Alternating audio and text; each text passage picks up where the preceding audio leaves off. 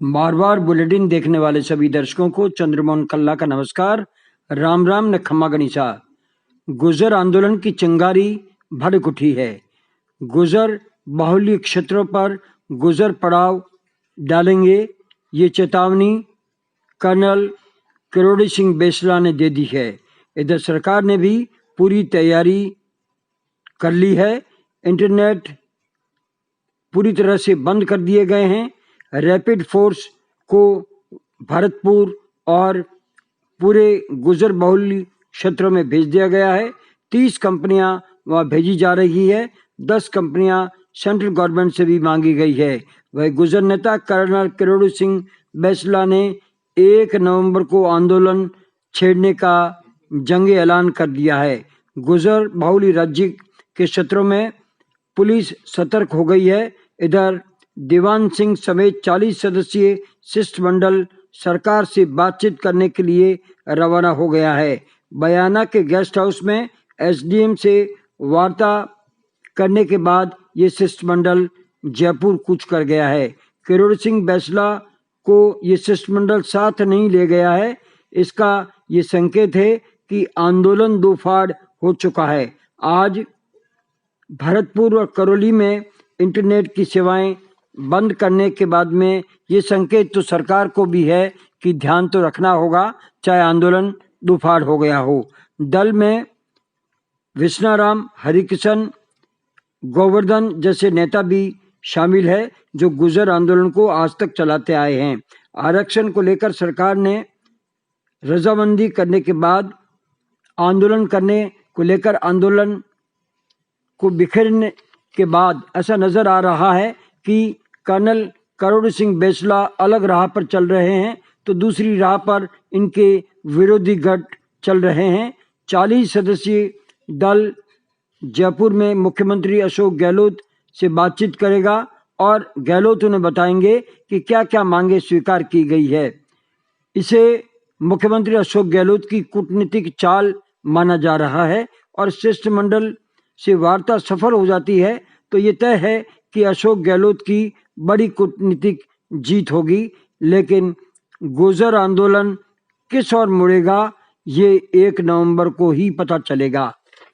रालोपा संयोजक हनुमान बेनीवाल जोधपुर नगर निगम चुनाव में कूद पड़े हैं। उन्होंने मुख्यमंत्री के शहर जोधपुर में आज अपने प्रत्याशियों के लिए वोट मांगे। बेनीवाल ने इस दौरान मीडिया को कहा कि पंचायतों व निगमों में भ्रष्टाचार का बोलबाला है। इसी भ्रष्टाचार को समूल से नष्ट करने के लिए रालोपा ने जोधपुर नगर निगम में 21 प्रत्याशियों को खड़ा किया है।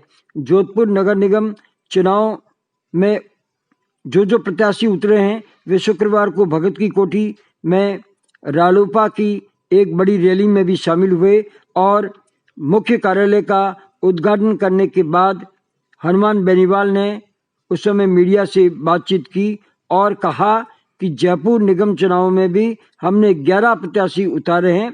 बेनीवाल ने कहा कि ये शुरुआत है, 2023 के विधानसभा चुनावों की तैयारियां हैं। उन्होंने कहा कि निगम चुनाव में हमें न केवल सफलता मिलेगी, हम निर्णायक स्थिति में भी रहेंगे। मुख्यमंत्री अशोक गहलोत जोधपुर नहीं आए, इसका मुख्य कारण है हार का डर। ये कटाक्ष केंद्रीय मंत्री गजेंद्र सिंह शेखावत ने जोधपुर में निगम चुनाव के दूसरे दिन रोड शो में कुड़ी भक्तासनी में कहे वे मीडिया से रूबरू हो रहे थे। शेखावत ने कहा कि मुख्यमंत्री अपना मतदान तक करने के लिए नहीं आए, उनका नाम उत्तर जोन में है। जोधपुर में सीएम के पुत्र वैभव गहलोत ने अपनी पत्नी के साथ मतदान किया है। शेखावत ने कहा कि कांग्रेस खुद ही हार मान चुकी है। सीएम गहलोत लोकसभा चुनाव में गली गली घूमे थे। जोधपुर लोकसभा क्षेत्र में इन्होंने 120 मीटिंग भी की थी। ये नहीं कह सकते कि वहां पर लोकसभा चुनाव में जब वे आ गए तो नगर निगम चुनाव में क्यों नहीं आए।